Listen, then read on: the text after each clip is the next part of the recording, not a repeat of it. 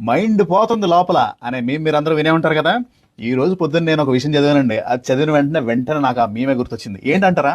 ఒక్కసారి ఊహించుకోండి, నెట్ఫ్లిక్స్ లో ఉన్న అన్ని సినిమాలు ఒక్క సెకండ్ లో మీరు డౌన్లోడ్ చేసి మీ డెస్క్టాప్ మీదకి వచ్చేసాయి అనుకోండి, మీకు ఎలా అనిపిస్తుంది? అబ్బాయి ఇంపాసిబుల్, అది చాలా కష్టం అంటారా?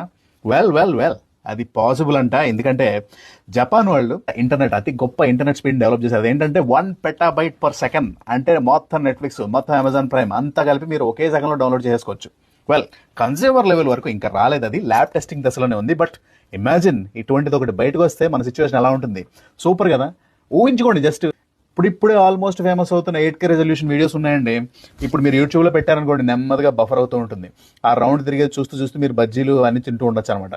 అలాంటివన్నీ కూడా ఎటువంటి బఫరింగ్ ఇది లేకుండా, లోటు లేకుండా వెంటనే సీరియస్గా ప్లే అయిపోతాయి. హాయిగా మీ టీవీలో మీరు 8K రెజల్యూషన్ వీడియోస్ ఎంజాయ్ చేయొచ్చు.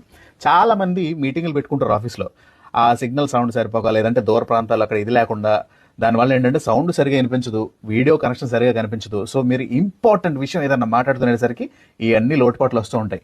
ఇలాంటివన్నీ కూడా చెరిగిపోతాయి శుభ్రంగా. చాలా crystal clear video and audio తోటి కాన్ఫరెన్స్ కాల్స్ జరుగుతూ ఉంటాయి. యూనివర్సిటీలో రీసెర్చ్ చేసే వాళ్ళు ఉంటారండి, వాళ్ళకి ఏంటంటే పిహెచ్డి చేస్తున్నారు అనుకోండి సపోజ్ ఎవరన్నా, సో ఆల్మోస్ట్ ఒక 100 వెబ్సైట్లు బ్రౌజ్ చేయాల్సి వస్తుంది. ఇటువంటిది వచ్చింది అనుకోండి, అన్నిటినీ కలిపి తీసుకెళ్లి ఒక AI టూల్కి ఇచ్చేసారనుకోండి, ఆ ఒక్క సెకండ్లో మొత్తం రీసెర్చ్ అంతా ఫినిష్ అయిపోయి మీకు ప్రెజెంటేషన్తో సహా బయటకు వచ్చేస్తుంది.